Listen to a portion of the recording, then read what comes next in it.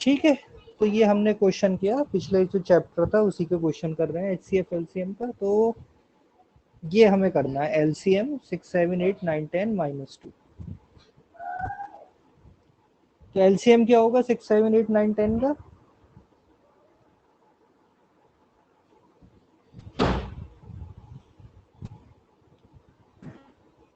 520 कितना? 2520 2520। तो इसमें से माइनस क्या कर दो 2, तो कितना आ गया 2518।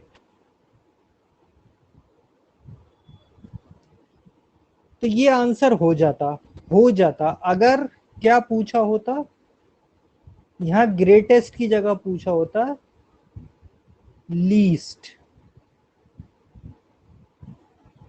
4 डिजिट पूछा होता, तो ये आंसर होता। लेकिन यहाँ पर लीस्ट की जगह पूछा क्या है, ग्रेटेस्ट, यानी सबसे बड़ा 4 digit number.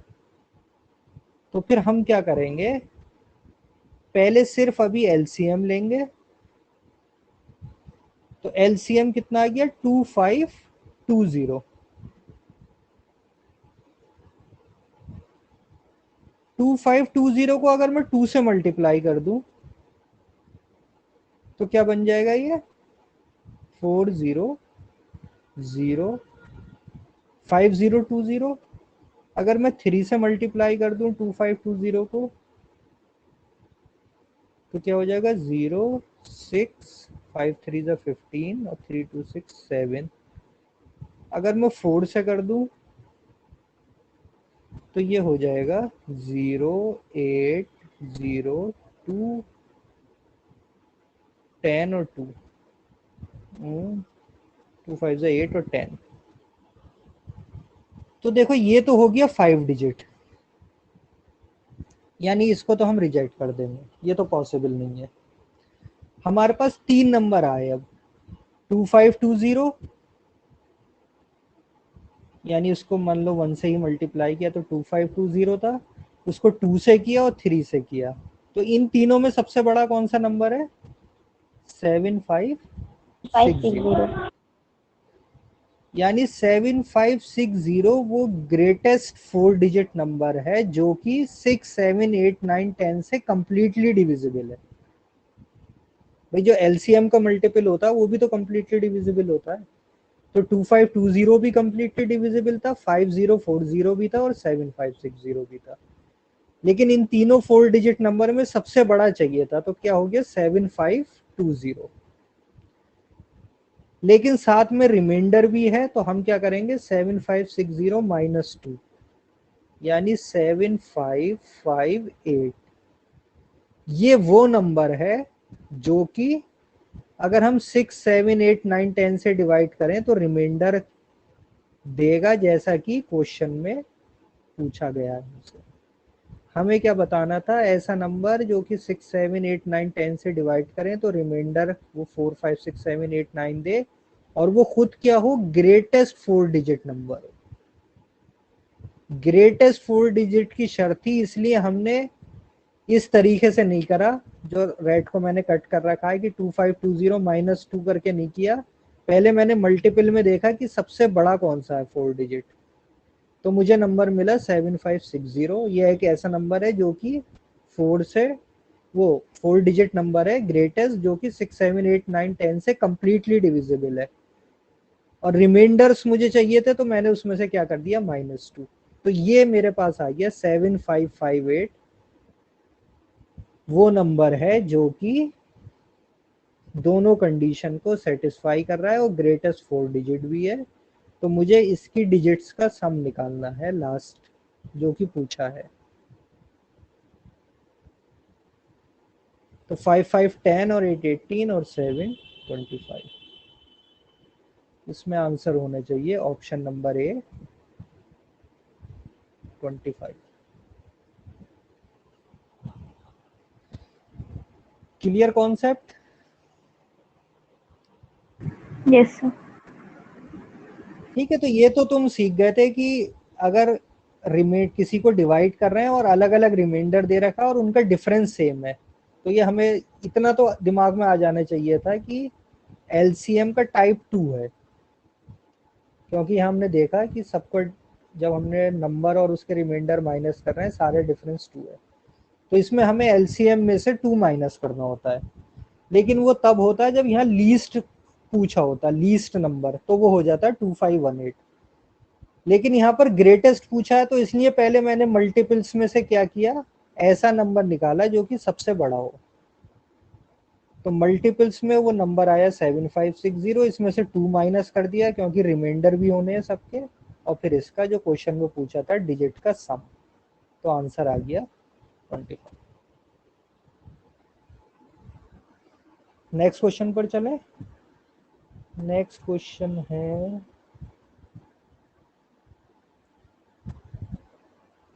Greatest common divisor.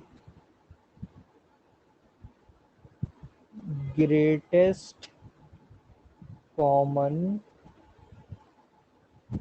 Divisor of 1 2 3 4 5 6 7 8 9 and 9 8 7 6 5 4 3 2 1। अच्छा 1 2 3 मतलब एक बार फॉरवर्ड ऑर्डर में लिखा है 9 तक और एक रिवर्स ऑर्डर में। कह रहा है इन दोनों का ग्रेटेस्ट कॉमन डिवाइजर क्या होगा। ऑप्शन ए है 1, ऑप्शन बी है 3, ऑप्शन सी है 9, ऑप्शन डी है ग्रेटर देन 9।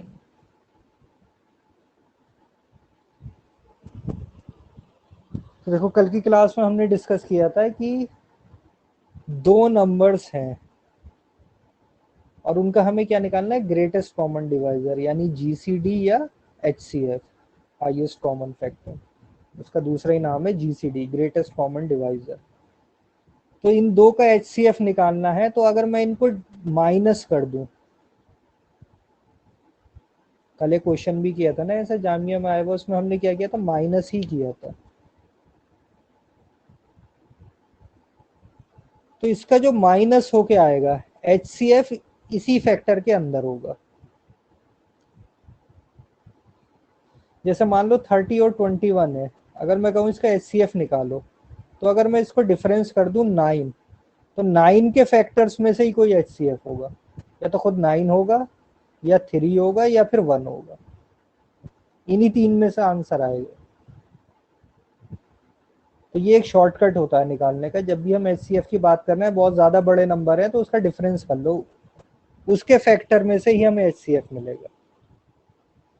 तो इनका डिफरेंस क्या आएगा, देखो 9 माइनस 1 8, बट 1 यहाँ पर लास्ट में है, तो 1 माइनस 9 उल्टा चलना पड़ेगा हमें यहीं से, 2, 11 माइनस 9 हो जाएगा 2, ये हो जाएगा 1, 1 माइनस 8 फिर से कैरी यानी 11, तो 3, ये हो जाएगा 2, 2 माइनस 7, 2 माइनस 7 मतलब 12 माइनस 7 हो जाएगा 5, देन ये आ जाएंगे हम 4 पर, 4 हो जाएगा 3, 3 इज 13, 13 माइनस 6 हो जाएगा 7, देन हम कहाँ तक पहुँच गए, 4 हो गए, 5, 5 हो जाएगा 4, 4 माइनस 5 हो जाएगा 9, देन 6, 6 बन जाएगा 5, 5 माइनस 4, 8 6 4, ये सर आएगा माइनस 8 6 4, ये 8 6 4 9 7 5 4 3 2, 1 1 आएगा सर, 8 6 4 1 9। 8 6 4 1 9 7 5 3, यानी ये नंबर मिल गया, 8 6 4 1 9 7 5 3 2।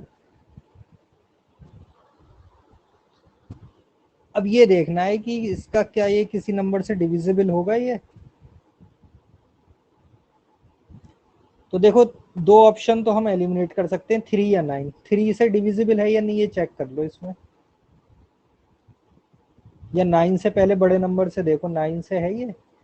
तो डिजिट का सम 3 और 2 5, 5 और 5 10 और 7 17, 17 और 9 3 26, 27 और 4 31 यस और सर 6 डिविजिबल। 7 45। तो 9 तो आ रहा है, तो ये दो ऑप्शन तो गए हमारे यानी। लेकिन एक ऑप्शन क्या है, ग्रेटर देन 9 भी है। तो ग्रेटर देन 9 यानी 11 से देखो क्या 11 से डिविजिबल है। तो 11 का डिविजिबिलिटी का क्या था, देखो अब यहाँ काम आ रहे हैं ना सारी डिविजिबिलिटी जो पढ़े थे। 11 का क्या है, ऑड वाले और इवन वाले, इनका सम करके देखो।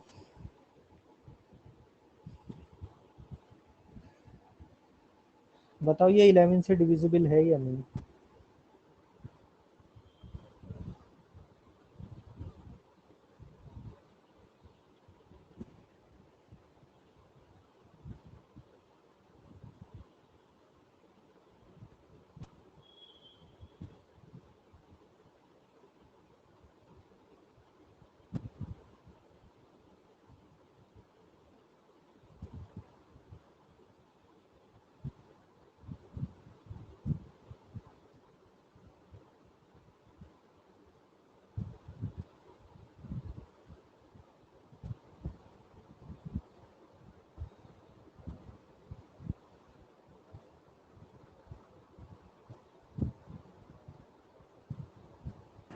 सर 11 से हो रहा है डिविजिबल।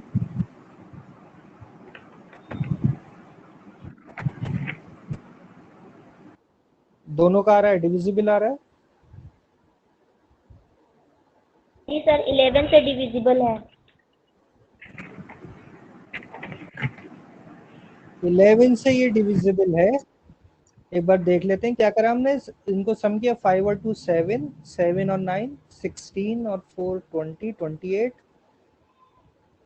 माइनस 6 और 1 7, 7 और 7 14 और 3 17, क्या आ गया 11। तो ये 11 से भी डिविजिबल है, तो यानी इसका आंसर जो होगा वो क्या होगा, ग्रेटर देन 9। यानी इस नंबर के फैक्टर्स में 9 भी है 11 भी है, और भी हो सकते हैं हमें नहीं पता, लेकिन हमें ये काम की चीज पता चल गई कि एक ऐसा फैक्टर आ गया जो ग्रेटर देन 9 है। तो हमारा आंसर क्या हो गया, ऑप्शन डी।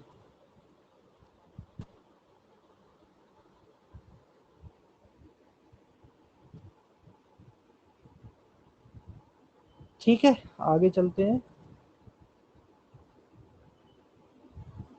आगे क्वेश्चन है गिवन,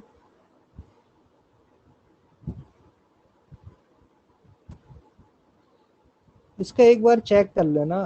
फोके जो क्वेश्चन भेजा मुझे आंसर सही लग नहीं रहा है इसके ऑप्शन। देखो इसमें क्वेश्चन हाँ दिया है, सर कौन सा क्वेश्चन है sir?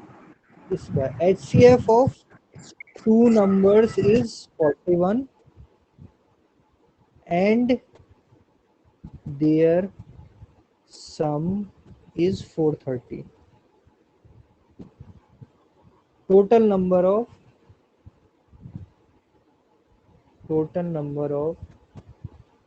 distinct pairs sir 40 of two such numbers is option A 5, option B 2, option C 6, option D data insufficient.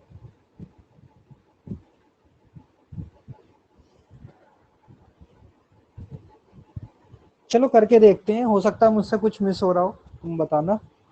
वहाँ पे 41 नहीं 43 था। हाँ हाँ सॉरी 43 है, ठीक। HCF दे रखा है, दो नंबर्स का क्या है 43 और उसका सम कितना है 430। तो पूछ रहा है ऐसे कितने डिस्टिंक्ट, डिस्टिंक्ट का मतलब क्या होता है, डिफरेंट, अलग अलग। तो ऐसे different pairs of two number बताना है जिसमें क्या हो HCF 43 हो और उनका सम 430 हो। यानी ऐसे कई सारे पेयर होंगे, सिर्फ दो पेयर नहीं होंगे। तो शुरू करते हैं, देखो क्वेश्चन में क्या कर सकते हैं हम। देखो HCF जो होता है, HCF को लिखने का तरीका, मान लो दो नंबर्स हैं PQ, इन दोनों का HCF है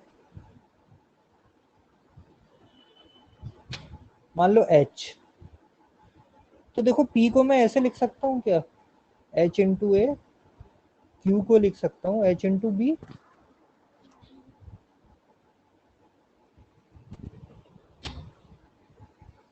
देखो मैंने क्या करा, मान लो वही अभी 21 और 30 दो नंबर लेते हैं, इन दोनों का HCF कितना है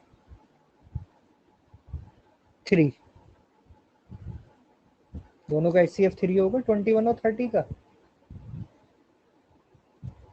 तो मैं इसको लिख सकता हूँ 3 इंटू 7, और इसको लिख सकता हूँ इसे 3 इंटू 10। तो देखो यही फॉर्म आ गई जो मैं कहना चाह रहा था, मैंने इसे माना P, इसे माना Q, और HCF माना H। तो मैं P को लिख रहा हूँ 3 इंटू ए, और Q को लिख रहा हूँ 3 इंटू बी। यहाँ पर A की वैल्यू 7 है और B की वैल्यू 10 है। तो देखो जब भी HCF होता है, तो HCF क्या होता है, दोनों नंबर्स में कॉमन होता है। तो HCF यहाँ 3 HCF है, तो 3 के टर्म में आ रहा है, ये दूसरा नंबर भी 3 आ रहा है, क्योंकि HCF तो हो गई उसके अंदर हाईएस्ट कॉमन फैक्टर, इनटू जो दूसरा फैक्टर बचा वो इसमें A है, और इसमें दूसरा फैक्टर जो है वो B है। तो अगर हमें HCF पता है किसी दो नंबर्स को, तो हम इस फॉर्म में लिख सकते हैं। यहाँ तक क्लियर हो गई बात? Yes sir. अब देखो क्वेश्चन में क्या दिया, HCF of two numbers is 43 and their sum is 430। तो हमें दो चीजें दी थी, HCF यानी H की वैल्यू कितनी है 43, ये दिया है पहले पहले पार्ट में। और क्या दिया, दियर सम इज 430, यानी कि P प्लस Q की वैल्यू कितनी है 430। तो P को अगर मैं लिख लूँ H इंटू ए, H की वैल्यू 43 है, तो 43A plus 43B is equal to 430 हो जाएगा। A plus B is equal to 10 हो जाएगा।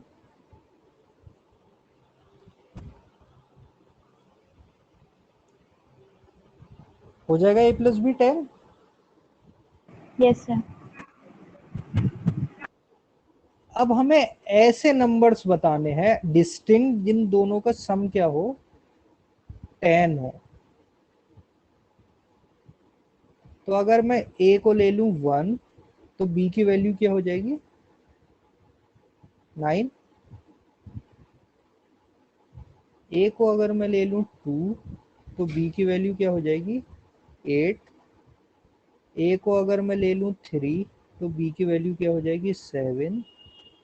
A को अगर मैं ले लूं 4, तो B की वैल्यू क्या हो जाएगी 6। यहाँ तक तो ठीक है चलो। लेकिन अगर मैं A को 5 लेता हूँ, तो B की वैल्यू भी क्या हो जाएगी 5।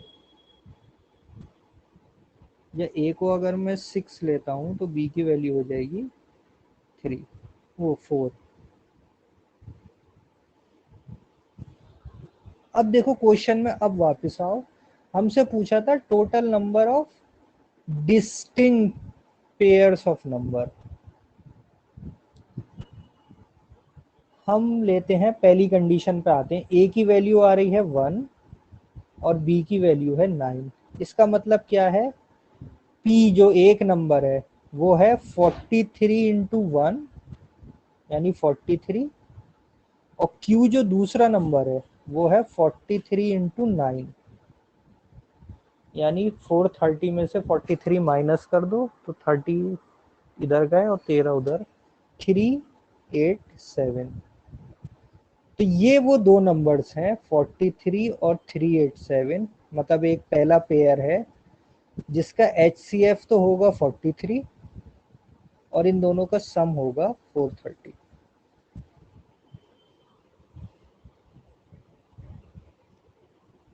आ रहा है पहला पेयर, एक पेयर आ रहा है ऐसा। Yes sir.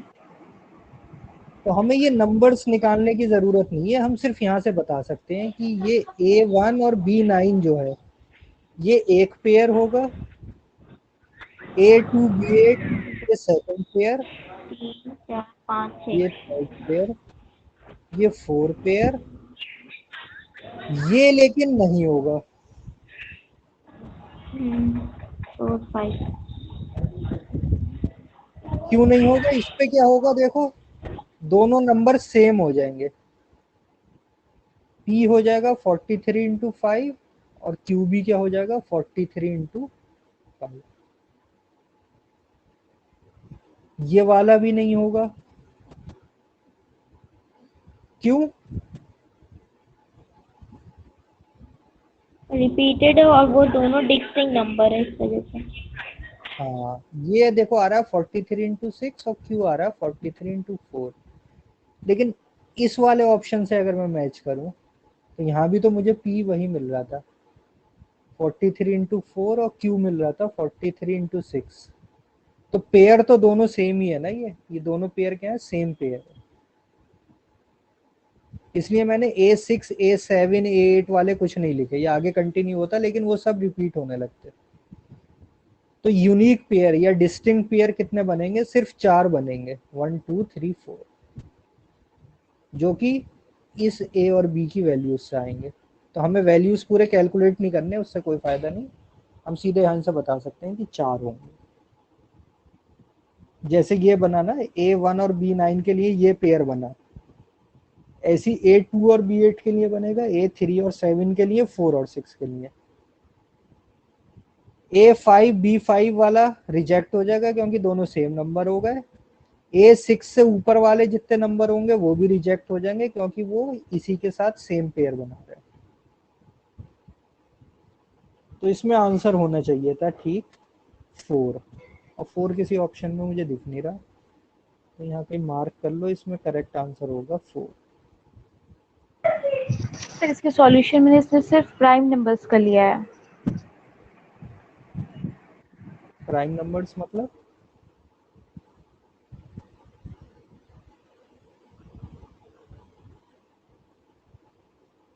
इसमें आंसर क्या आ रहा है ये बताओ।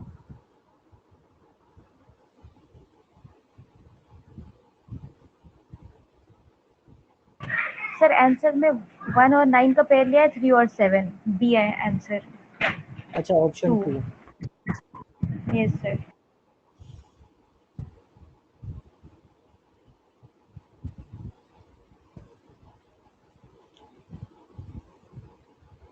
चलो अभी देख लेते हैं ना, हमने यहाँ तक सॉल्यूशन कर लिया था ना A1 B9।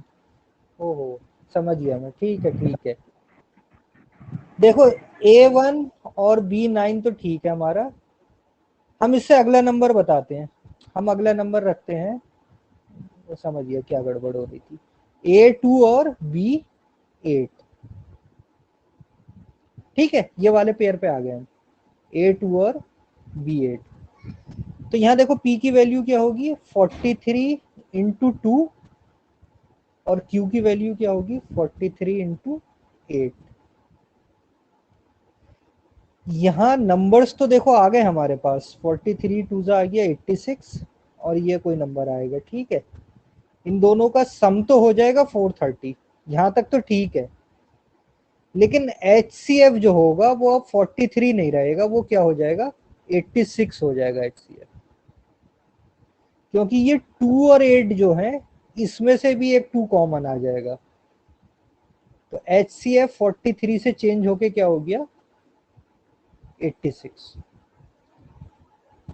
ठीक है, वो सॉल्यूशन बिल्कुल सही है। तो यानी इसमें क्या होगा, जिसमें हमारा कोई कॉमन मल्टीपल आ रहा है जैसे 2 और 8, तो इसे भी हम क्या कर देंगे रिजेक्ट। जैसे इसमें 4 और 6 में इसमें से भी 2 कॉमन आ जाएगा, तो इसे भी क्या कर देंगे रिजेक्ट। तो यूनिक जो नंबर्स बनेंगे जिसमें H यानी HCF 43 हो, यानी HCF चेंज ना हो, और सम क्या रहे 430, वो सिर्फ 2 कंडीशन पे आएंगे, A1 और B9 पर, यानी कि 43 और 387, और दूसरा नंबर हो जाएगा A3 और B7। यानी नंबर्स हो जाएंगे 43 इंटू 3 और 43 इंटू 7, यानी 9, 129 और 291। तो 2 पेयर्स आ गए हमारे पास, 291। ठीक है, ये हम मतलब दिमाग से मिस हो रहा था ये पॉइंट। तो ये नंबर्स होंगे 43, 387, या 2 पेयर्स होंगे। नंबर्स पूरा निकालने की जरूरत नहीं थी, हमें जो आंसर पूछा था वो क्या होंगे, 2 पेयर्स। ठीक है, ये हो जाएगा। कंफ्यूजन तो नहीं, समझ गए हमने क्या कैसे एलिमिनेट किया। Yes, sir. जब भी HCF दिया होगा पहले इस फॉर्म में रखने की दिमाग में डाल लो कि नंबर्स को हम ऐसे लिख सकते हैं। फिर नंबर्स में क्या सम था, h की वैल्यू रखी तो a प्लस बी 10 आ गया। इसके इतने सॉल्यूशन हो सकते थे, ये A6 था, इसके आगे A7, A8, ये भी होता A9। लेकिन उसने पूछा था डिस्टिंग, तो डिस्टिंग की वजह से ये सारे कट गए। डिस्टिंग में ये 4 आ गए थे, 1 2 3 4। लेकिन सेकंड वाले और फोर्थ वाले में ए और बी ऐसे थे जिसमें कुछ कॉमन मल्टीपल आ रहा था, 2 आ रहा था दोनों में। तो ऐसे में HCF चेंज हो रहा था हमारा, 43 की जगह क्या हो रहा था, चेंज होके बार बार 46, 86 हो रहा था। इसलिए हमने इन दोनों टर्म्स को भी रिजेक्ट कर दिया। तो हमारे पास सिर्फ 2 यूनिक पेयर्स होंगे ऐसे। गुड, अच्छा क्वेश्चन था ये। चलो नेक्स्ट पर आते हैं। नेक्स्ट है, देखो, अ रेक्टेंगुलर फ्लोर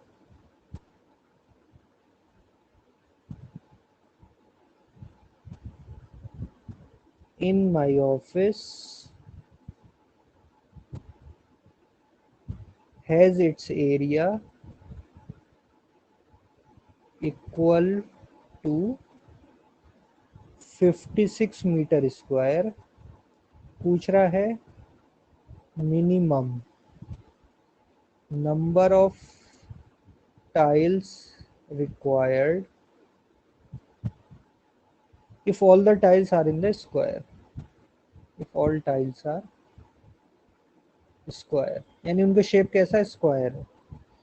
तो ऑप्शन ए है 15, ऑप्शन बी है 9, ऑप्शन सी है 14, ऑप्शन डी है कैन नॉट बी डिटरमाइंड।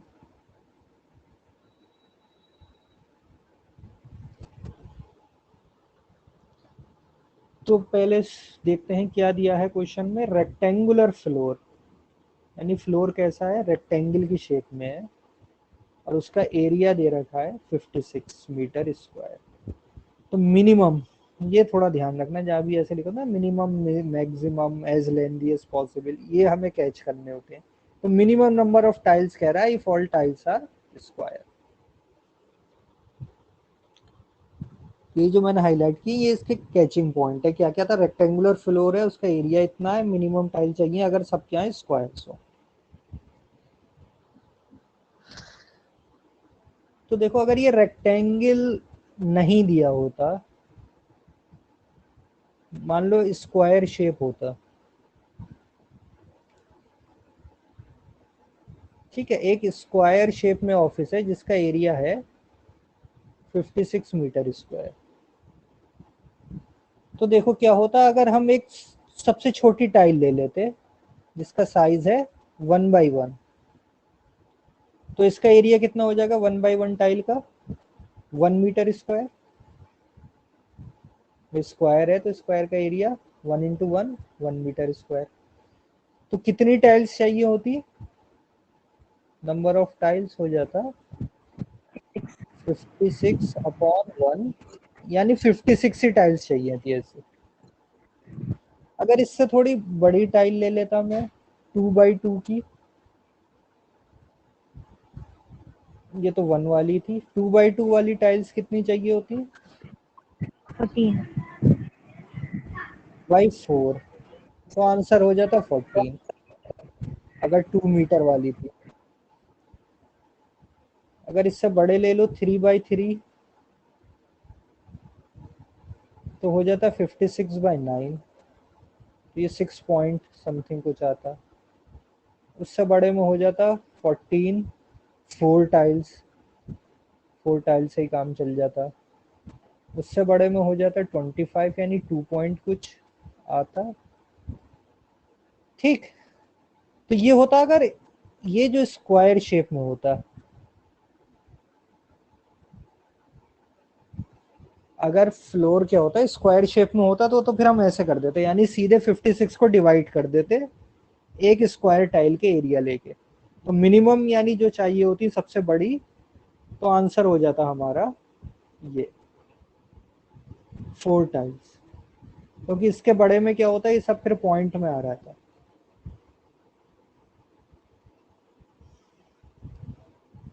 लेकिन यहाँ पर क्या दे रखा रेक्टेंगल, तो रेक्टेंगल अब आपको अपने दिमाग से लगाना पड़ेगा कि किस डायमेंशन की रेक्टेंगल्स लें कि उसका एरिया क्या हो जाए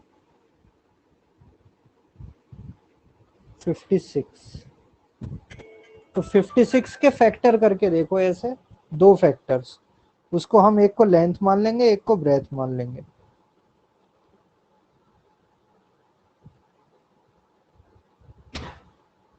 7 और 8 से 8 7 जा 56, ठीक है। और बताओ, और फैक्टर भी हो सकते हैं।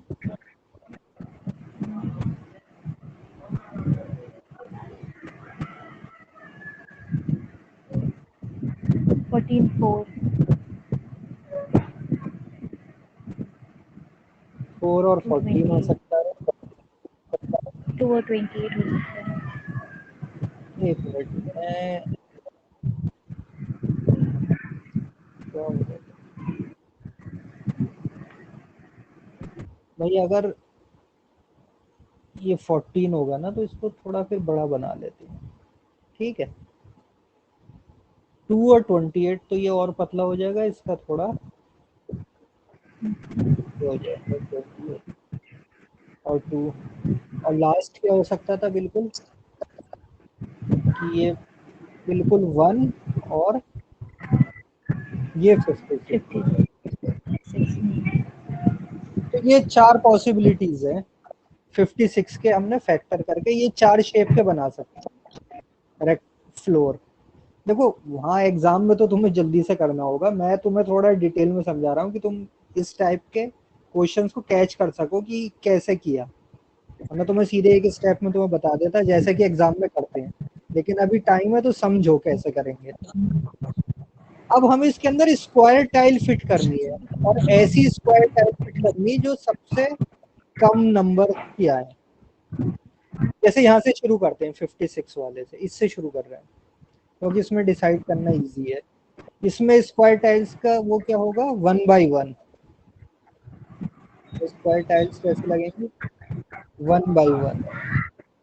तो कितनी टाइल्स चाहिए होगी इसमें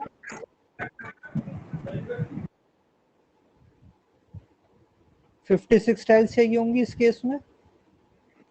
यस सर। तो केस 1 में तो चाहिए 56। केस इस पर आते हैं सेकंड पर 28 वाले पर, 28 पर आते हैं। पता नहीं क्यों नहीं वर्क करता इसमें। मान लो 1 बाई 1 लेंगे तो वही 56 चाहिए होंगी, तो अब हम 1 बाई 1 की जगह क्या कर रहे हैं 2 बाई 2 ले रहे हैं। तो 2 बाई 2, तो एक टाइल का एरिया कितना हो गया 4। तो यहाँ पर हमें जो टाइल्स चाहिए होंगी वो कितनी चाहिए होंगी डिवाइड बाई 4, 14 14 टाइल्स। तो इस सेकंड केस में चाहिए 14। थर्ड टाइल में देखें,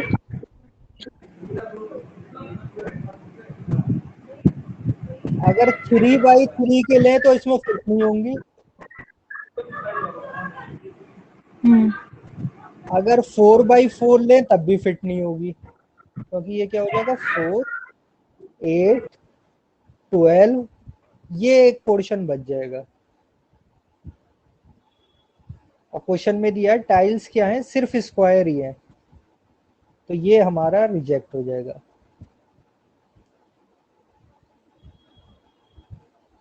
इसमें अगर आए तब भी क्या होगा सेम कंडीशन, कोई ऐसी स्क्वायर टाइल नहीं है जो पूरे एरिया को कवर कर ले। भाई 2 की लेंगे, मान लो 2x2 की ले रहा हूं मैं, तो यहां तक तो 4 आ जाएंगी, ठीक है। लेकिन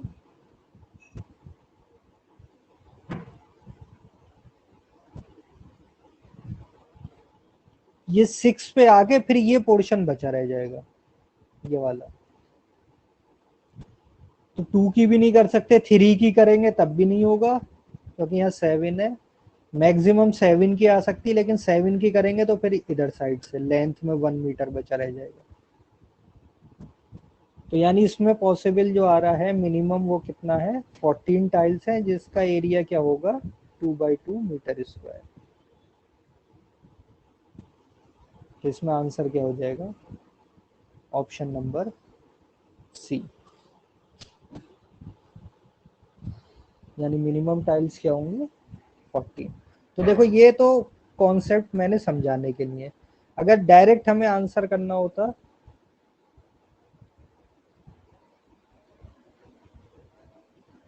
तो फिर हम क्या करते, 56 एरिया है, स्क्वायर टाइल्स, तो या तो 1 स्क्वायर हो सकता है, या फिर 2 स्क्वायर हो सकता है, 3 square, 4 square, 5 square, 6 square, 7 square, 8 square नहीं होगा, क्योंकि 8 स्क्वायर 64 है, छोटा हो जाएगा। अब इसमें देख लो कंप्लीटली कौन सा डिवाइड कर रहा है, ये पहला कर रहा था, यानी ये वाली टाइल फिट हो जाएंगी। कितनी चाहिए होंगी टाइल्स, 56। 4 से डिवाइड हो जाएगा, कितनी टाइल्स चाहिए हमें, 14। अब देखो ये तो ना तो 9 से डिवाइड होगा, ना ही 16 से होगा, ना ही 56 से, ना ही इससे। तो कंप्लीटली डिविजिबल जो हो रहा है स्क्वायर टाइल से, वो दो टाइप की स्क्वायर टाइल से होगा, या तो 1x1 से या फिर 2x2 से। तो इसमें मिनिमम कौन सा है, 14। तो आंसर क्या हो जाता है, 14। तो ये शॉर्टकट था, लेकिन आपको ये समझ में आना चाहिए, अच्छा ऐसे करके आंसर करा है। चलो जी नेक्स्ट क्वेश्चन पर आते हैं। नेक्स्ट क्वेश्चन है, ये हो गया, ये भी हो गया, ये भी हो गया, ये भी हो गया। कल जो क्लास में दिया था हमने, तीनों में से ऊपर के दो हो गए थे, फोकिया। जी सर, ऊपर वाले हो गए तो, और वो नीचे वाला भी हो गया था, लेकिन मुझे कंफ्यूजन हो रहा है कि वो 30 सेकेंड होगा या 30 मिनट्स होगा। चलो देख लेते हैं, तो पहले क्वेश्चन जो कल था 1 कर लेते हैं, वो अच्छा लगा था मुझे question.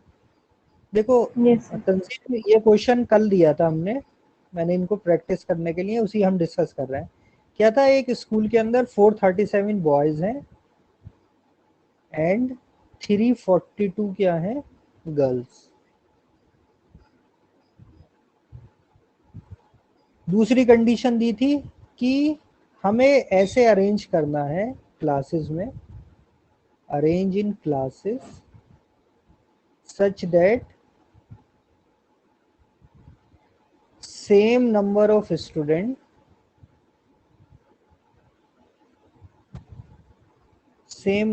student in a class, कि हर क्लास में क्या हो, सेम नंबर ऑफ स्टूडेंट आए, एंड दूसरी कंडीशन थी नो क्लास हैज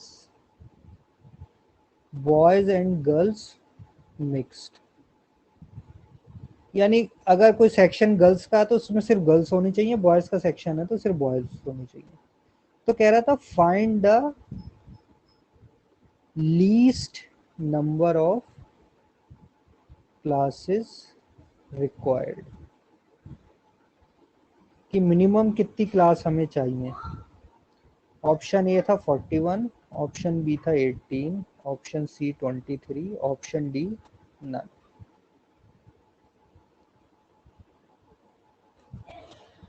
तो ये 437 बॉयज हैं, 342 गर्ल्स हैं, इन्हें क्लासेस में अरेंज किया है। कैसे किया है कि हर क्लास में क्या होना चाहिए, सेम नंबर ऑफ स्टूडेंट हो, मतलब एक क्लास में अगर 2 बच्चे हैं तो फिर हर क्लास में 2 ही होने चाहिए। और दूसरी कंडीशन क्या है कि क्लास में जो बॉयज और गर्ल्स हैं वो क्या होने चाहिए, मिक्स नहीं होने चाहिए। यानी कोई सेक्शन बॉयज का है तो बॉयज ही रहने चाहिए, गर्ल्स का है तो गर्ल्स। तो नो क्लासेस मिक्स और same number of student in a class, इतनों को हमें अरेंज करना है। तो find the least number of classes required. देखो इस क्वेश्चन को कैसे ब्रेक करते हैं, इसका लॉजिक समझते हैं सबसे पहले। तो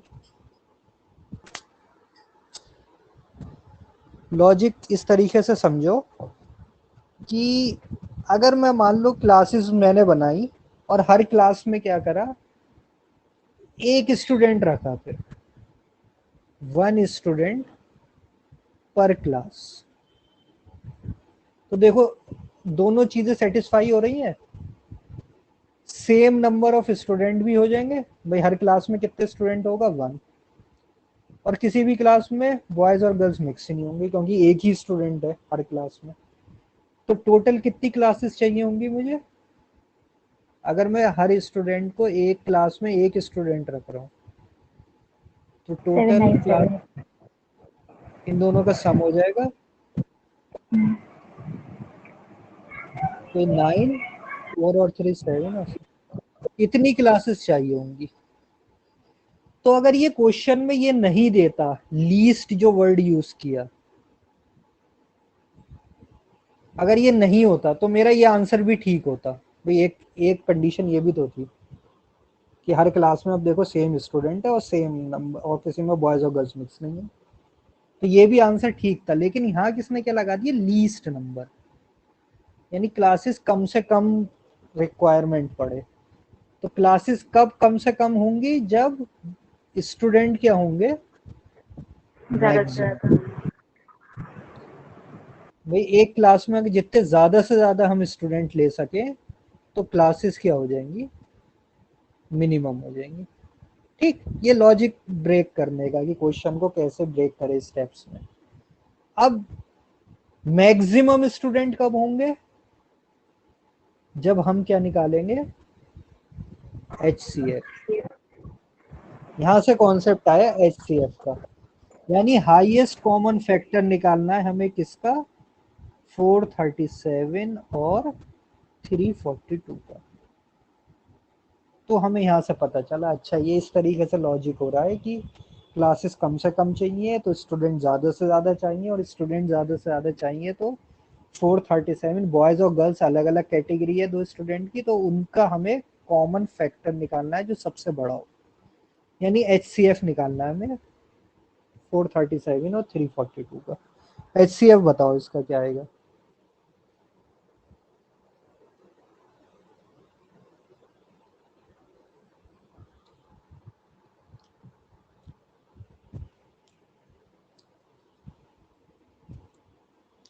दो तरीके हैं, दो क्या 3 तरीके हैं। एक क्या है, इनके फैक्टर्स कर लो, ठीक है।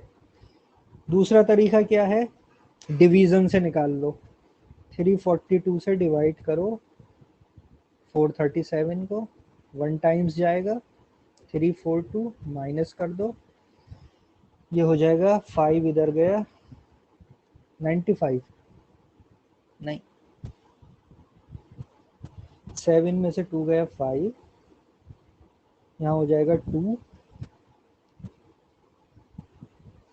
85, 85 से फिर डिवाइड कर दो 342 को, तो 8 4 जा, तो नहीं, हाँ 8 4 जा 340, कुछ गड़बड़ हो रहा है। फिर से देखते हैं भाई, 7 माइनस 2 5, और यहाँ हो जाएगा, ओह 13 था ना, 13 माइनस 4 इज 9, 95 है ये। तो 95 3 जा कितना हो जाएगा,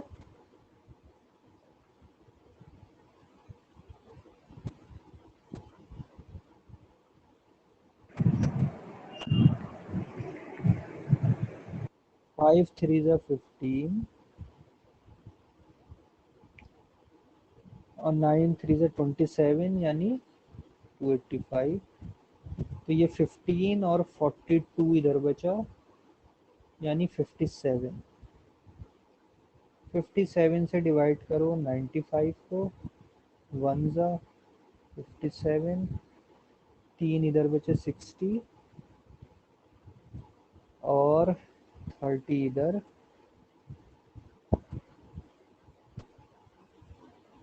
38 और 57 को करो। तो लॉन्ग डिवीज़न भी लंबी हो गई भाई हमारी। 38 19 19 38 2 ज़ा 38। यहाँ पे आके कंप्लीट हुआ तो हमारा HCF क्या हो गया 90। तो यहाँ आ रहा है HCF 19 आ रहा है। फैक्टर से अगर करते तो क्या करते, पहले से देखो किससे डिविजिबल है ये, 4 3 7 और 7 14।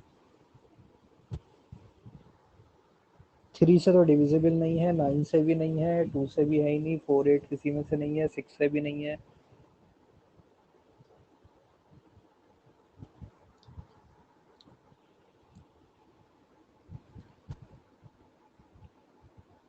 तो हम जब भी ऐसा कंफ्यूजन हो कि अच्छा ये नहीं मिल रहा हमें फैक्टर, तो दूसरे को देखो, दूसरे से समझ में आ रहा है 342 है तो 2 से तो डिविजिबल है, तो हम इसे लिख लेंगे 2 से डिवाइड किया, 2 इंटू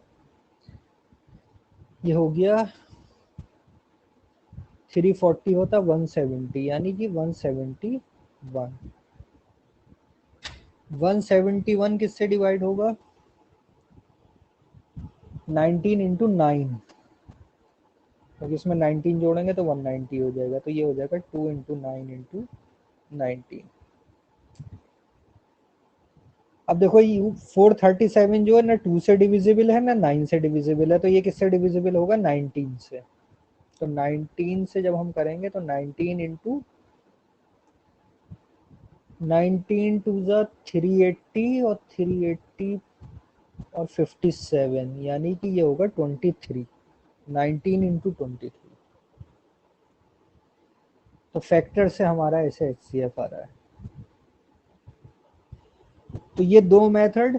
तीसरा जो हमने मेथड पढ़ा वो क्या पढ़ा है कि अगर 437 में से मैं माइनस कर दूं क्या 342, तो कितना आ रहा है देखो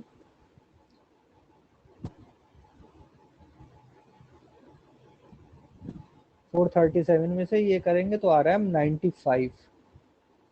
95 के फैक्टर्स क्या होंगे, 1 होगा खुद, एक 5 होगा और एक 19 होगा। सिर्फ 3 फैक्टर्स आ रहे हैं, 1 5 और 19। तो इसमें से हम देखें 437 5 से तो डिविजिबल होगा नहीं, अगर हम 19 से डिवाइड करते तो दोनों डिविजिबल हो जाते, तो हमें पता चल जाता है HCF क्या होगा 19। ये समझे, पहले बताओ HCF निकालने के 3 मेथड होते हैं, ये मैंने लिख रखा है तीनों सामने।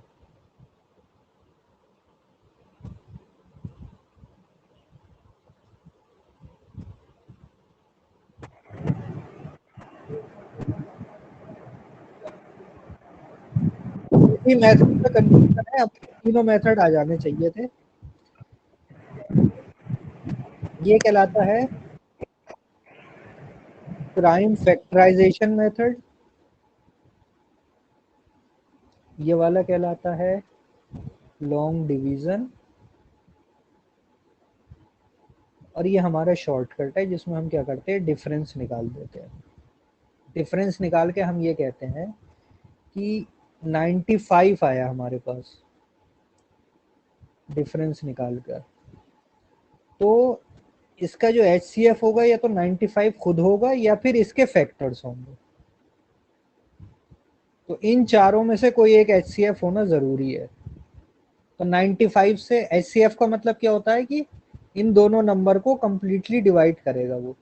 तो हमने देखा 95 से तो होगा नहीं है, तो ये क्रॉस किया, फिर 19 से करते तो हो जाता, 5 से भी नहीं होता, अगर इन तीनों में से किसी से नहीं होता तो फिर HCF क्या होता 1। यानी इसमें कुछ भी कॉमन नहीं है। क्लियर ये चीज, तीनों मेथड एचसीएफ निकालने के? ये सर क्लियर है। तो इनका एचसीएफ क्या आ गया 19। तो अब जो हम बात कर रहे थे, यानी हमें हर क्लास में कितने स्टूडेंट रखने हैं? 90। 19 स्टूडेंट पर क्लास। तो इसमें इस बॉयज कितने थे? 437 और 340 गर्ल्स। तो 437 डिवाइड बाय 19, अभी ऊपर फैक्टर किया था 23, और 340 डिवाइड बाय 19 18। तो टोटल क्लासेस कितनी चाहिए हमें? 41। 23 चाहिए बॉयज के लिए और 18 चाहिए गर्ल्स के लिए। तो टोटल चाहिए हमें 41 क्लासेस। यानी आंसर इसका होता ऑप्शन नंबर ए। क्लियर? कुछ कंफ्यूजन तो नहीं? No sir.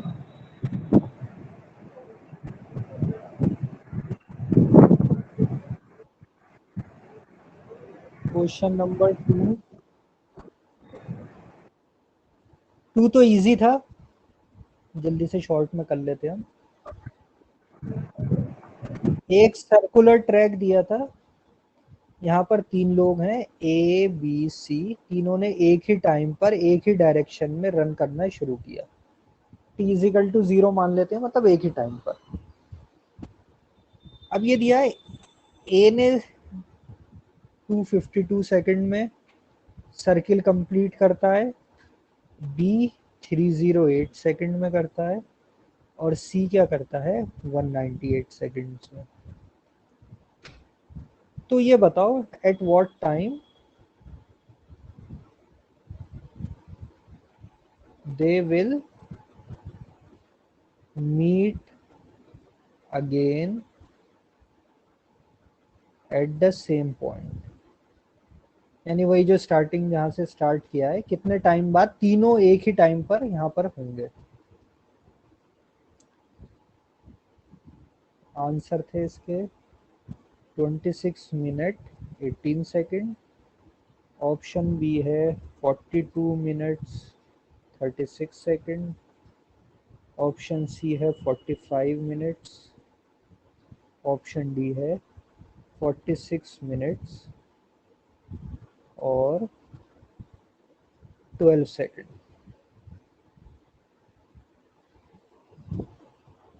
तो पहले तो देखो समझ में आने चाहिए हमें क्या करना है, एलसीएम। यानी किसकी बात हो रही है? एलसीएम की। एलसीएम किसका निकालेंगे? इनके टाइम का।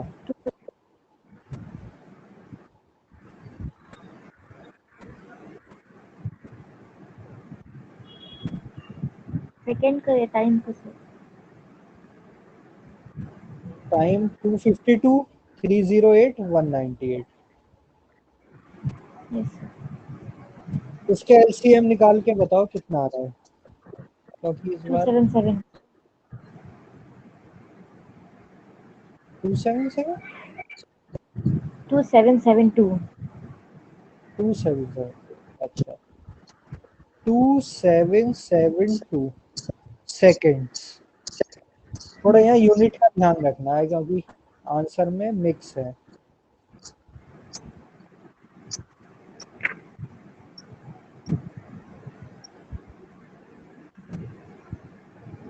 46 मिनट 12 सेकंड।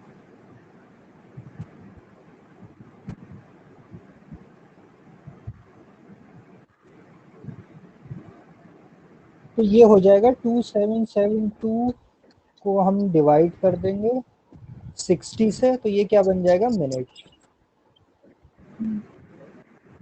तो यानी कि 277.2 डिवाइड बाई 6 है, तो ये हो जाएगा 6 4 जा 24 37 6, यानी 46 तो आ रहा है, सही है। यस 46 मिनट्स तो एक ही 12 सेकेंड। आपका सॉल्व करने की जरूरत भी नहीं थी तब भी।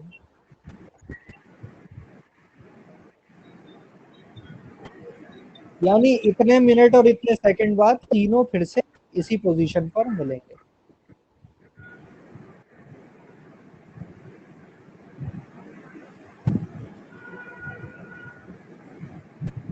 नेक्स्ट क्वेश्चन पर मूव करते हैं।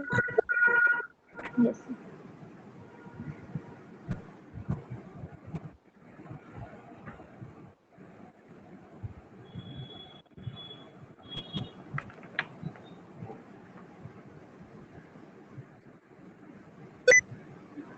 प्रॉब्लम हो रही है।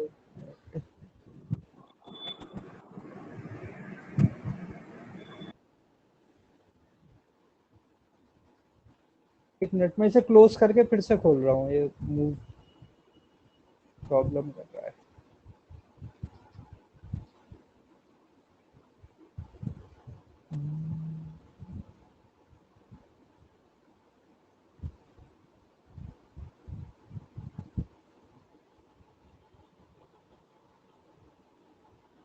नीचे मूव नहीं कर रहा था, स्क्रॉल नहीं हो रहा था, वो इस वजह से फिर से ओपन किया है। हाँ अब ठीक है।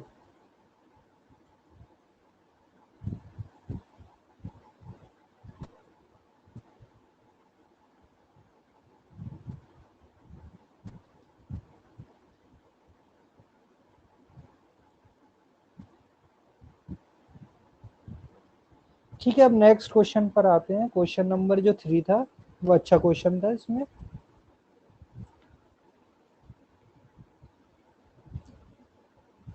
इसमें हमें दे रखा है 6 strings of violin start vibrating simultaneously. 6 strings of violin start vibrating simultaneously। Simultaneously मतलब एक साथ 6 की 6 स्ट्रिंग वाइब्रेट कर रहे हैं। फिर दिया है दे वाइब्रेट, 6 स्ट्रिंग है तो उसको दे रखा है 3 4 5 6 10 and 12 times in a minute.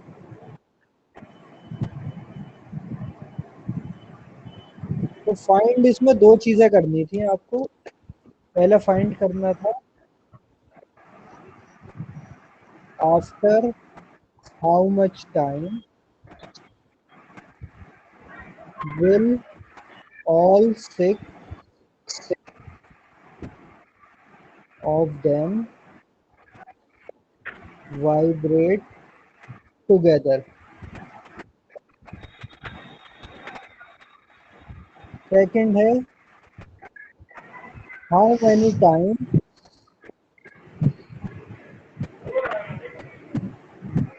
will they vibrate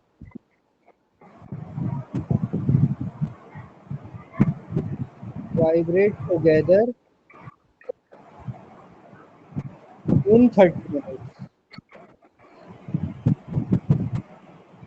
option है, ऑप्शन ए था 60 मिनट 31 टाइम्स, ऑप्शन बी है 60 सेकंड 31 टाइम, ऑप्शन सी है 120 सेकंड 15 टाइम्स, ऑप्शन डी है नन। ये है पूरा क्वेश्चन। तो पहले क्वेश्चन अच्छे से समझ लेते हैं। 6 स्ट्रिंग दे रखी वायलिन की जो वाइब्रेट कर रहे हैं साइमल्टेनियसली। साइमल्टेनियसली मतलब together at same time,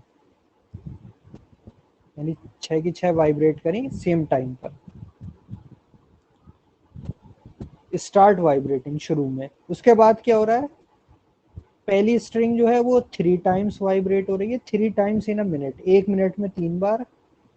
second 4 bar vibrate हो रही है, थर्ड ज्यादा हो रही है 5, फोर्थ 6 हो रही है, फिफ्थ और 6 सबसे ज्यादा हो रही है 12 टाइम्स हो रही है 1 मिनट में वाइब्रेट।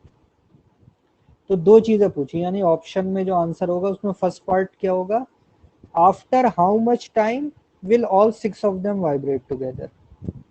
यानी एक तो स्टार्टिंग में किया, जब टाइम हमने मान लो 0 है तो टी 0 पे वाइब्रेट किया।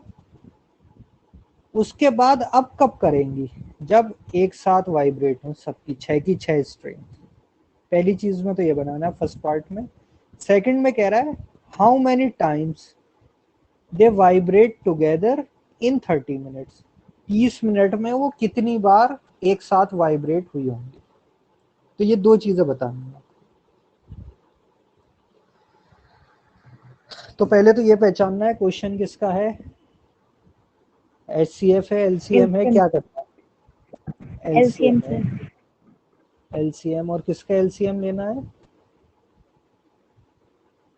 वो टू कितने टाइम्स हो रहा है वो। LCM good. LCM लेना है किसका, time of vibration of strings. Strings में जो वाइब्रेशन हो रहा है कितने टाइम में हो रहा है, इसका हमें LCM लेना है। तो हम इसमें देखेंगे पहले 3 4 5 6 10 12, यानी ये मान लो स्ट्रिंग 1 है, ये स्ट्रिंग 2 है, ये स्ट्रिंग 3 है, ये स्ट्रिंग 4 है, ये 5 है, ये 6 है। ये वाइब्रेट कर रही है, ये 3 टाइम्स कर रही है, ये 4 टाइम्स, ये 5 टाइम्स, ये 6 टाइम्स, ये 10 टाइम्स, ये 12 टाइम्स इन अ मिनट, यानी 1 मिनट के अंदर, इन अ मिनट। तो यानी इसको कितना टाइम लग रहा होगा एक वाइब्रेशन के लिए, हम निकालना है टाइम फॉर 1 वाइब्रेशन। अगर 1 मिनट में 3 बार वाइब्रेट हो रही है तो एक वाइब्रेशन के लिए कितना टाइम लगेगा, मिनट को मान लेते हैं हम 60 सेकेंड। 60 सेकंड में 3 बार वाइब्रेट हो रही है, तो एक बार वाइब्रेट कितनी देर में होगी, 20 सेकंड में। 20 में। Yes sir. ये वाली कितनी देर में होगी,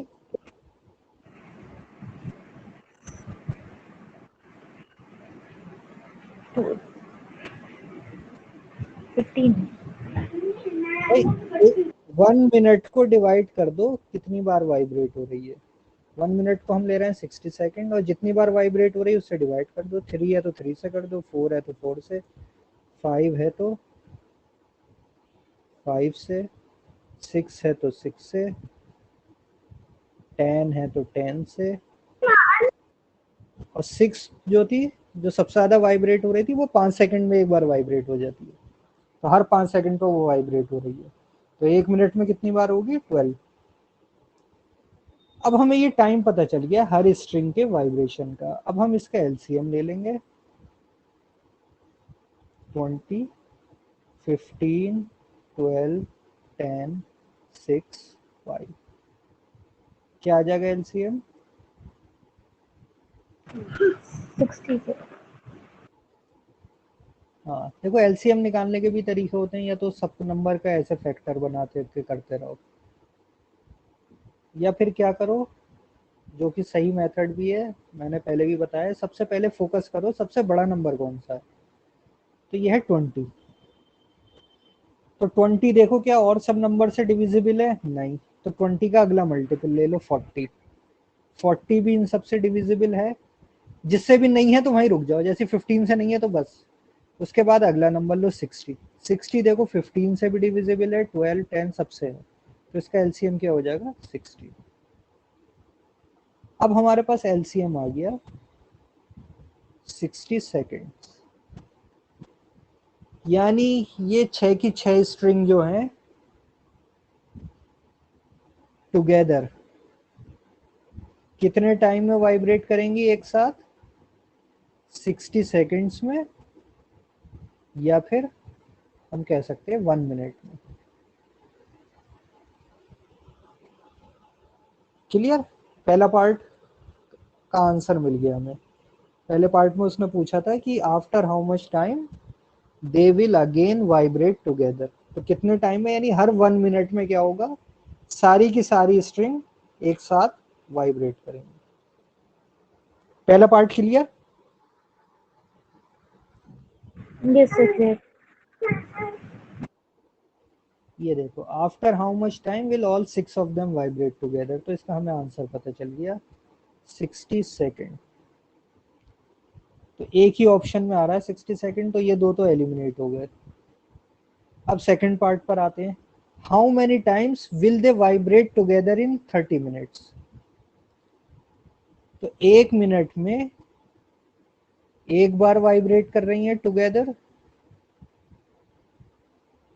तो 30 मिनट्स में कितनी बार वाइब्रेट करेंगी? 30 टाइम्स। भाई एक मिनट में एक बार वाइब्रेट कर रहे हैं तो 30 मिनट्स में कितनी बार करेंगी? 30 30 टाइम्स। टाइम्स। Yes, लेकिन sir. आंसर है 31। ऐसा क्यों है? सर क्योंकि एक स्टार्टिंग में भी तो वाइब्रेट किया था। गुड। यही यही फंसाते हैं ये जो ऑब्जेक्टिव बनाते हैं। हो सकता है यहाँ इन्होंने तो ऑप्शन नहीं दिया तो सोचने पर मजबूर हो गए, वरना साथ में अगर 30 टाइम्स भी होता ऑप्शन तो फिर हम जल्दी से करते। अच्छा एक मिनट में एक बार, 30 मिनट्स में कितना, सीधे से टिक कर दिया। लेकिन यहाँ पर देखो क्वेश्चन जब शुरू हुआ था, 6 strings of violin start vibrating simultaneously, मतलब शुरू ही किससे किया हमने? सबको एक साथ वाइब्रेट करके। तो एक काउंट ये भी आपको एक्स्ट्रा ऐड करनी है, यानी 30 + 1, 31 टाइम। यानी ये सब मिलके कितनी बार वाइब्रेट करेंगे? 31 टाइम। 31 टाइम। क्लियर? तंजीम क्लियर है?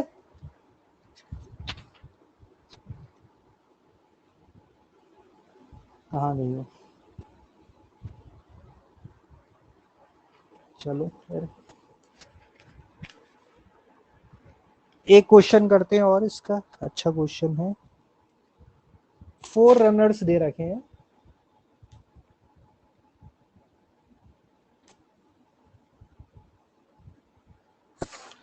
Four runners started running the race in the same direction in a circular path। वही है कि 4 रनर्स हैं, सर्कुलर पाथ में उन्होंने रन करना शुरू किया, A, B, C और D around a circular path. ठीक है, इसमें इस बार क्या दे रखा है?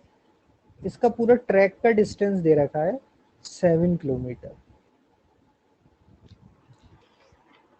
इसके बाद दिया है स्पीड आर 4, 3, 9 एंड 3.5। मतलब एक ही स्पीड दे रखी है 4 किलोमीटर पर आवर, बी की दे रखी है 3 किलोमीटर पर आवर है, सी की दे रखी है 9 और डी की दे रखी है 3.5। ये चारों की स्पीड दे रखी है। If they started their race of clock at 6 o'clock in the morning, if started at 6 o'clock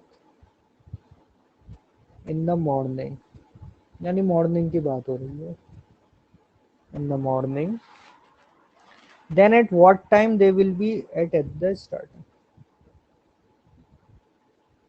At what time they will be at the starting point? Starting point पर अगेन किस टाइम पर पहुंचेंगे ये बताना है हमें। क्वेश्चन क्लियर है फोकिया? Yes sir clear है। एक ही टाइम पे स्टार्ट किया 6 बजे सुबह में। तो पहले तो ये बताओ किस टॉपिक का है ये क्वेश्चन, ये आइडेंटिफाई होना चाहिए सबसे पहले। तो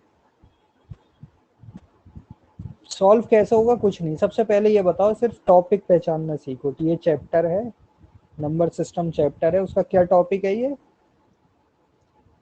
किस टॉपिक का क्वेश्चन है? Sir LCM. एचसीएफ एलसीएम में से एलसीएम का है। बोलिए। अब हम सोचते हैं आगे कि अच्छा एलसीएम का है, अब क्या करें, किसका एलसीएम ले, क्या ले। तो यहाँ पर देखो डिस्टेंस दिया है और टाइम दिया है, वो सॉरी टाइम कह रहा हूँ, स्पीड। डिस्टेंस और स्पीड दे रखा है इस बार, सबकी स्पीड दे दी ABCD की। यहाँ हमें क्या चाहिए होता है, टाइम, क्योंकि हमसे क्या पूछ रहा है, they will be at the starting at what time they will be at the starting point. हमसे टाइम पूछ रहा है, तो हमें क्या निकालना है, टाइम। तो LCM के लिए भी क्या चाहिए, टाइम। तो टाइम में कैसे कन्वर्ट करेंगे इसे,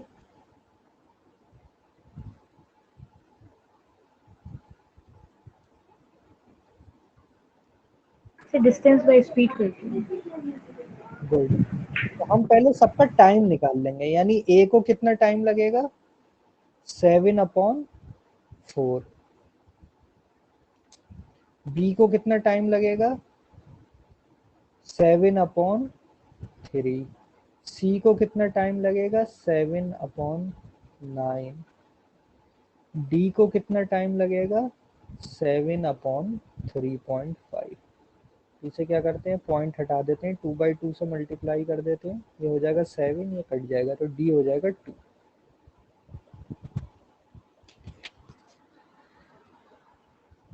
अब हमें इसका क्या लेना है, LCM।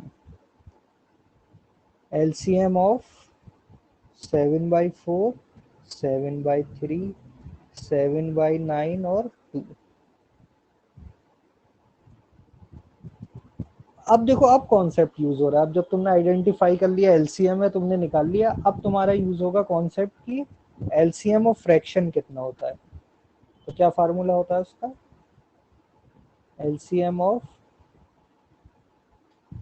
न्यूमरेटर्स, न्यूमरेटर क्या है इसमें, this and this, upon HCF of denominator, denominator है 4391, उसको हम 2/1 कर लेते हैं। LCM कितना आ जाएगा, 7 7 7 और 2 14। 14 CH क्या है, 4391, सबसे छोटा 1, तो कोई सोचना ही नहीं है इसमें, क्या हो जाएगा सीधे 1। तो कितना आ गया, 14 आवर्स। यानी ये जो वापस उसी स्टार्टिंग पॉइंट में आएंगे, कब आएंगे, आफ्टर 14 आवर्स। शुरू कब करी थी race,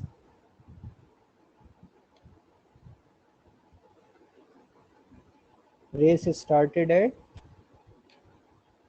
6 o'clock in the morning। तो अब कब करेंगे, meet again at starting point कब होगा, 6 AM प्लस 14 आवर। तो कितना हो जाएगा, 14 है तो 12 आवर्स में हो जाएगा 6 PM प्लस 2, यानी कि 8 PM। यानी कब मीट करेंगे ये, 8 PM। इवनिंग में 8 बजे। तो ये देखो इसका कॉन्सेप्ट का यूज है कि हम पढ़ तो लेते हैं थ्योरी में कि अच्छा HCF LCM जो होता है न्यूमरेटर डिनोमिनेटर, लेकिन किस तरीके से क्वेश्चन में यूज हो रहा है वो ये है।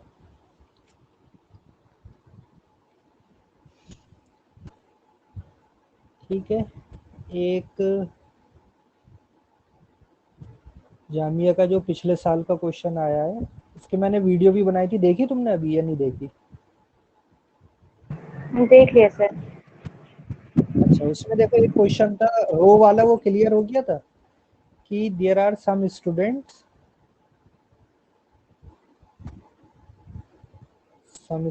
इन अ क्लास, और उसमें क्या कर रहे हैं, टीचर रोज बना रही है।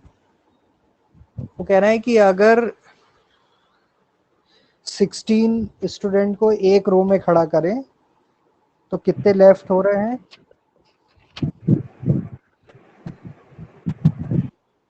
उसमें था कि अगर 16 स्टूडेंट को हम एक रो में खड़ा कर रहे हैं तो उसमें रिमाइंडर बच रहे हैं 12 स्टूडेंट। ये क्या रिमाइंडर है? 16 स्टूडेंट इन अ रो। अगर 24 की रो बना रहे हैं तो कितने स्टूडेंट बच रहे हैं इसमें? 20 स्टूडेंट है रिमाइंडर। अगर 25 की रो बना रहे हैं तो रिमाइंडर बच रहे हैं 21 स्टूडेंट। अगर 30 की रो बना रहे हैं तो रिमाइंडर बच रहे हैं 26 स्टूडेंट। तो पूछ रहे थे how many student, total student कितने, हाउ मेनी स्टूडेंट। ऑप्शन था 1216, ऑप्शन बी था 1784, ऑप्शन सी था 1196, ऑप्शन डी था 2396। तो ये देखो कौन सा वाला एलसीएम का क्वेश्चन है, समझ में आ रहा है? Yes sir. एलसीएम की कौन सी type? Type 2 sir. Type two. Good. तो ये आइडेंटिफाई करना होता है क्वेश्चन से। क्वेश्चन तो देखो हजारों बनते रहेंगे, लेकिन जो कॉन्सेप्ट है, जो 6 पढ़े हैं वही कॉन्सेप्ट है बेसिक। बस एप्लीकेशन है कि थोड़ा कभी कभी एप्लीकेशन में कुछ और चीजें भी मिक्स हो जाती हैं। हो सकता है उसके साथ दूसरे चैप्टर कुछ एवरेज का कॉन्सेप्ट मिक्स हो गया, या परसेंटेज का मिक्स हो गया, या इक्वेशन बनाने का हो गया, वो अलग चीज है। लेकिन चैप्टर वाइज तुम अपने जब एक बार कॉन्सेप्ट लर्न कर लिए, वो तुम्हें बिल्कुल मजबूत हो जानी चाहिए कि तुम्हें आइडेंटिफाई हो गया एलसीएम है, टाइप 2 कैसे करना है, ये सब बिल्कुल क्लियर होने चाहिए। तो क्या करते हैं हम टाइप 2 में? एलसीएम लेते हैं। तो क्या था? 16, 24, 25, 30, और उसमें से माइनस कर देते हैं इनका डिफरेंस। क्योंकि जब रिमाइंडर अलग अलग होते हैं तो ध्यान रखना है डिफरेंस माइनस करते हैं। इसमें हर केस में डिफरेंस कितना है? 4। तो जो भी एलसीएम है उसमें से 4 माइनस कर दो, बस यही आंसर है। तो 16, 24, 25, 30, सबसे बड़ा हम 30 ले लेते हैं। लेकिन इसमें 30, 60 भी नहीं होगा, 90, 180 बड़ा नंबर आएगा इसमें।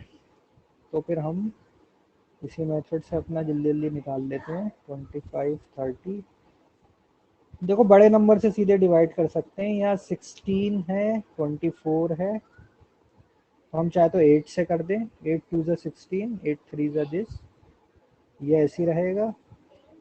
देन 5 से कर दो तो 2 3 5 6, फिर 3 से कर दो तो ये हो जाएगा 1, नो सॉरी 2, 1 5 2, फिर 2 से कर दो 1 1 5 1। अब मल्टीप्लाई कर दो तो 5 2 ज़ा 10, 10 3 ज़ा 30, 30 5 ज़ा 150, 150 8 ज़ा 1200, 150 8 ज़ा 1200, यस सर 1200।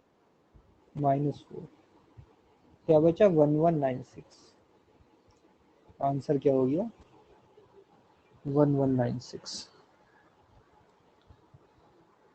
तो बेसिकली अपना कॉन्सेप्ट क्लियर रखो, उसके बाद एप्लीकेशन करना है। कुछ कुछ क्वेश्चन वाकई में ऐसे होते हैं जो बहुत ट्रिकी आ जाते हैं, वो मतलब होते ही ट्रिकी हैं, डिफिकल्ट लेवल होता है, तो उसमें कॉन्सेप्ट पढ़ा हो नहीं पढ़ा हो वो लगभग बराबर हो जाता है। तो वो क्वेश्चन तुम्हारे मार्क होने चाहिए बात के लिए। जब तुम सारे इजी मॉडरेट सब कर लिया, अभी भी टाइम बच रहा है, तो फिर कोशिश करते हैं हम कि चलो अब डिफिकल्ट वाले उसमें से कुछ अटेम्प्ट करें। जैसे एक क्वेश्चन था इसमें जो ट्रिकी था, उसमें दे रखा था LCM ऑफ 2 नंबर्स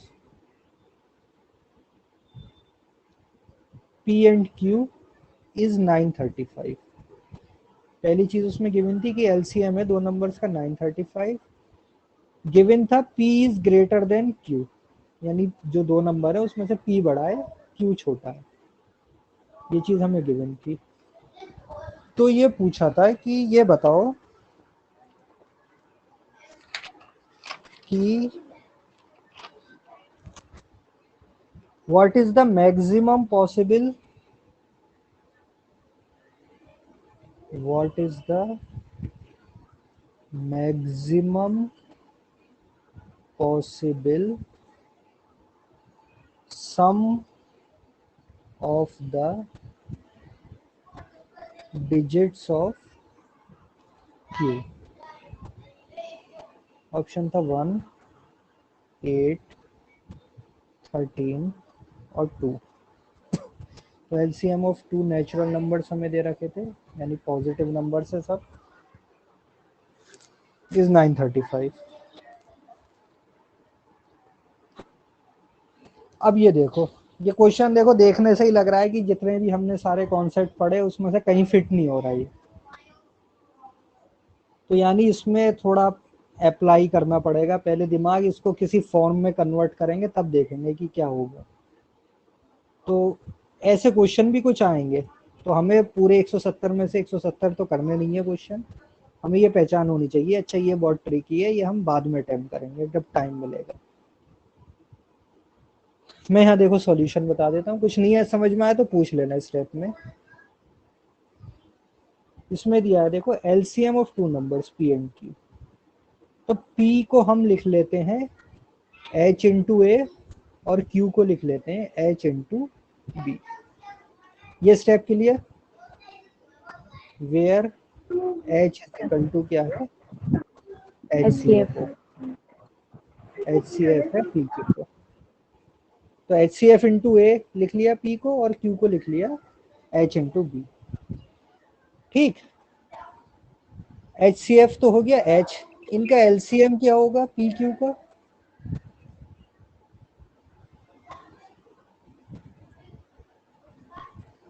दो नंबर्स हैं एच ए और एच बी, इनका एलसीएम क्या होगा।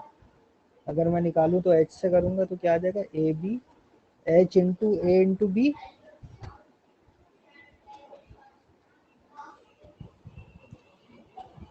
ये आ जाएगा एलसीएम।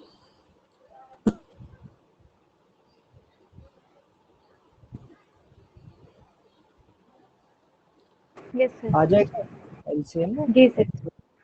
अब देखो ये हमने क्यों करा, इस फॉर्म में क्यों लेके आए, क्योंकि हमें दे रखा है एलसीएम, हमें दे रखा है 935। 935 के अगर मैं फैक्टर करूं तो 5 से डिवाइड हो जाएगा, मुझे ये दिख रहा है।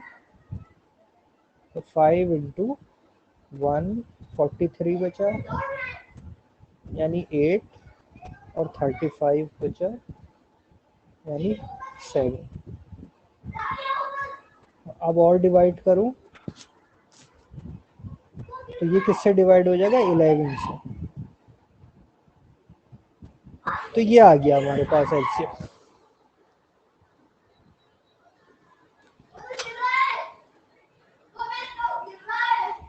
ठीक है,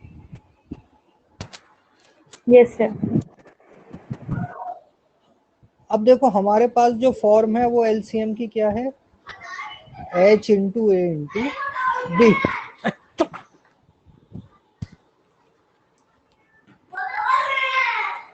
ठीक है, जी सर। अब देखो P और Q क्या हो सकता है, अब हमें यहाँ पर कंडीशन बनानी पड़ेगी। हम मान लेते हैं if h is equal to 1, यानी कोई कॉमन फैक्टर नहीं है। ठीक है, तो P की वैल्यू हो जाएगी 935 और Q की वैल्यू हो जाएगी 1। कोई भी कॉमन फैक्टर नहीं है दोनों में, पहली कंडीशन ये मानी हमने।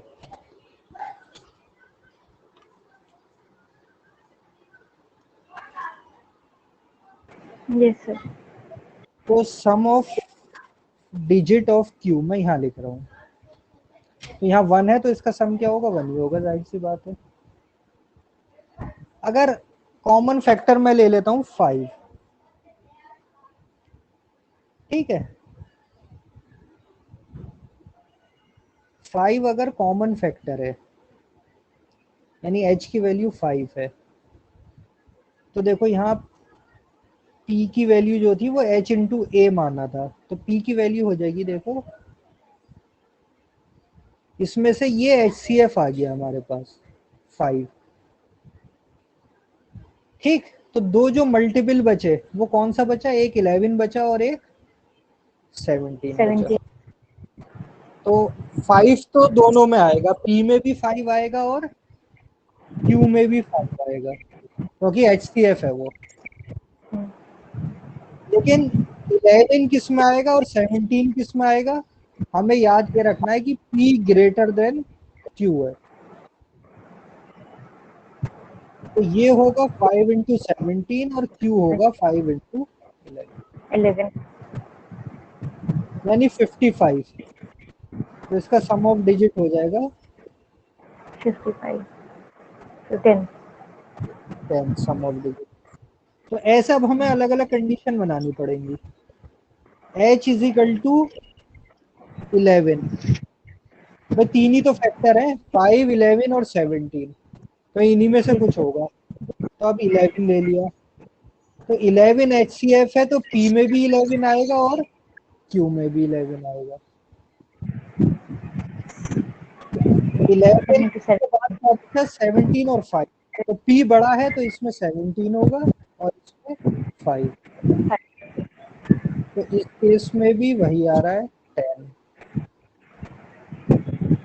x लेते 17, यानी अब HCF क्या है 17।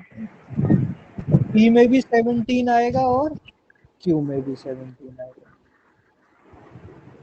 P में क्या आएगा, 11 और 5 में से 11 और इसमें आएगा 5, तो 17 इंटू 5 इज 85, यानी 8 प्लस 5 इज 13। 13।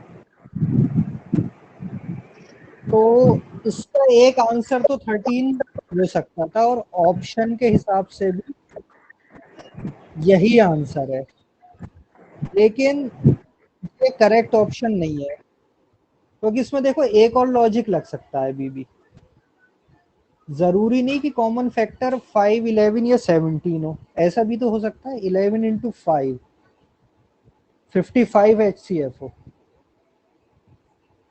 तो P की वैल्यू क्या हो जाएगी, देखो 11 और 5 तो दोनों में आएगा। अब 11 5 के बाद क्या बचा 17, तो इसमें 17 हो जाएगा और इसमें सिर्फ 1 आ जाएगा। तो अगेन केस बन रहा है 10। नेक्स्ट है 11 और 5 के बाद 5 और 17 ले लेते हैं हम, तो ये P में भी आएगा 5 और 17 और Q में भी आएगा 5 और 17। 5 17 के बाद क्या बचा 11 सिर्फ, तो वो P में आएगा क्योंकि बड़ा नंबर है। Q में आएगा 1, तो ये हो गया 85, यानी 8 प्लस 5 13। लास्ट क्या हो सकता है 5 7, तो होगा दोनों 11 और 17, तो P में होगा 11 17, Q में भी होगा 11 17, इसमें बचा 5, इसके साथ होगा 1 क्योंकि ये छोटा है। अब देखो अब आ रहा है 187, यानी डिजिट का सम हो जाएगा 16। तो इसका करेक्ट आंसर जो होना चाहिए वो 16 होना चाहिए। यानी जिसने भी क्वेश्चन बनाया उसने क्या करा है कि इसी लॉजिक पे आके वो स्टॉप हो गया, लेकिन इसमें स्टॉप नहीं होना था, हमें भी आगे कंटिन्यू रहना था, तो हमारा आंसर आता 16। तो करेक्ट आंसर जो है इसमें वो 16 है। क्लियर हुआ ये? यस सर, हो गया। तो ये देखो ऐसा क्वेश्चन है जो ट्रिकी है, एक्सेप्शनल है, तो ऐसे क्वेश्चन देख के ये नहीं लगना चाहिए कि हमने पढ़े, क्वेश्चन भी करे, इतनी मेहनत करी और ये कैसा क्वेश्चन आ गया, हम कर भी नहीं पा रहे। तो कुछ ऐसे क्वेश्चन होंगे, तो यहाँ ऑप्शन में भी नहीं है, तो करेक्ट ऑप्शन होना चाहिए था इसमें 16, यही हमारा सही आंसर है। तो ऐसे क्वेश्चन हर चैप्टर में कुछ होते हैं, तो उनसे घबराना नहीं चाहिए कि पता चला तैयारी छोड़ दी या पीछे जो पड़ा था वो भी भूल गए क्वेश्चन देख के। तो ऐसे क्वेश्चन आपको उठा के क्या करना है, उन्हें अलग रख देना है कि ये तो हमें बाद में करना है। ठीक है, तो ये हमारे अच्छे खासे क्वेश्चन हो गए। कल से फिर हम शुरू करेंगे सीरीज वाले, प्रोग्रेशन और सीरीज का। थोड़ा सा खुद से पढ़ के देखना। एचसीएफ एलसीएम जितने कर लिए क्वेश्चन काफी हैं, सफिशिएंट है जितना तुमने कर लिया है, घबराओ मत उसमें। ये कर लिए हैं, उनको रख लो, कॉन्सेप्ट पर फोकस करो। कॉन्सेप्ट बिल्कुल एकदम याद रहने चाहिए। ये हमारे 6 कॉन्सेप्ट हैं जो मैंने हाईलाइट किए थे शुरू में, ये एकदम क्लियर होने चाहिए। क्वेश्चन को एज ए एप्लीकेशन लो इसमें कि बस अप्लाई करना है। ये नई चीज सीखी, जैसे 4 डिजिट नंबर है तो क्या कर सकते हैं, ये एक नई चीज सीख ली हमने। ग्रेटेस्ट नंबर निकालना है तो इसी लॉजिक पे कर लिया। तो ये क्या हो रहा है, नई नई चीज उसी में ऐड हो रही है। कॉन्सेप्ट जो है आपके वो अपनी जगह ही है, वो जो कॉन्सेप्ट है वो वहीं रहेंगे। और कुछ ज्यादा ट्रिकी है तो कोई घबराने की बात नहीं कि उसे हम बाद में कर सकते हैं, स्किप भी कर सकते हैं, कुछ क्वेश्चन आएंगे इससे। लेकिन ये चीज आपकी क्लियर होनी चाहिए, डिविजिबिलिटी, टाइप ऑफ नंबर्स में, number of factor, sum of factor, HCF LCM और उसके मॉडल। तो अब तक जितना कर लिया एचसीएफ एलसीएम सफिशिएंट है। अब क्या करो, नेक्स्ट चैप्टर की तरफ बढ़ो। सीरीज प्रोग्रेशन के क्वेश्चन, टॉपिक, कॉन्सेप्ट खुद से करने की कोशिश करो। कल जब क्लास करेंगे तो फिर हेल्प मिलेगी उससे।